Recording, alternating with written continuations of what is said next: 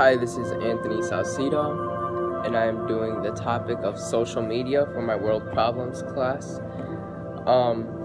So I am going to talk about how we use social media not only in the US, but globally, and we use it beneficially and negatively as well. Media can be used to refer to something actual, but it is often used to reference an abstraction. Places like China, Russia, and Turkey play out authoritarian control of information by flooding the internet with state-sponsored news. Both state and non-state actors view media not just as a propaganda army, but as a battlefield on its own terms. Actually, in late July 2017, Facebook, YouTube, Microsoft, Twitter launched the GIFCT, which is the Global Internet Forum to counteract terrorism, and their goal was to disrupt terrorists' ability to use the internet, because terrorists actually have a way of hacking into our internet and seeing what we have planned and what we want to do with our future. President Obama's administration tried to intimidate and control the press.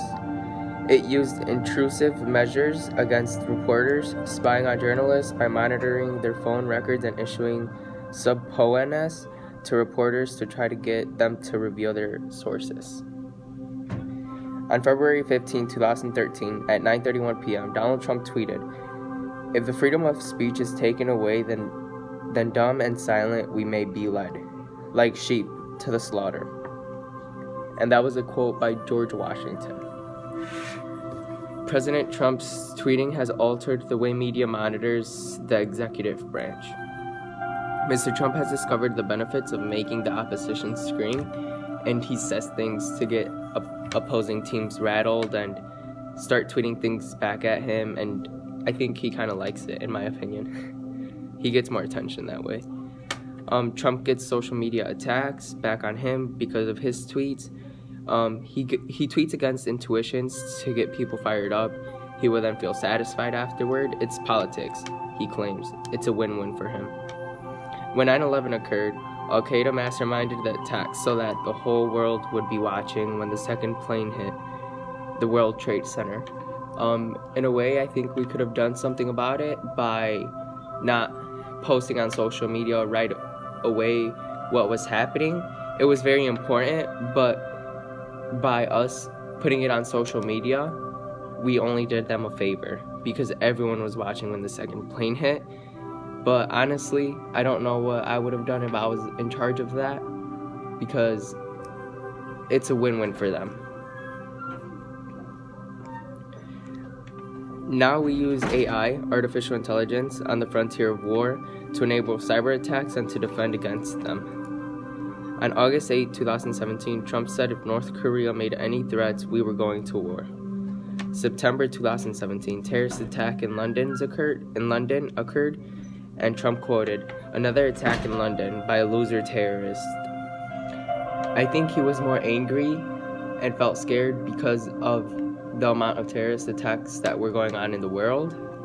And I feel like he was actually very scared we could have a terrorist attack in the United States. Trump tweeted 6 months later, into his presidency, "The fake news media hates when I use what has turned out to be my very powerful social media. Over 100 million people, I can go around them." In our 21st century, we want media to play a positive role in international affairs.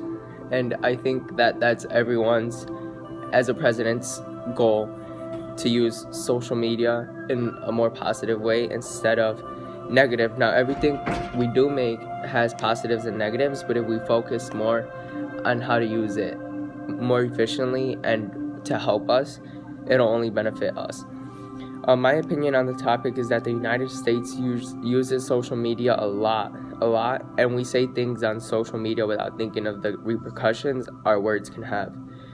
We do, however, have freedom of speech, but we have to know and recognize how far we can use our freedom of speech and not take advantage of it.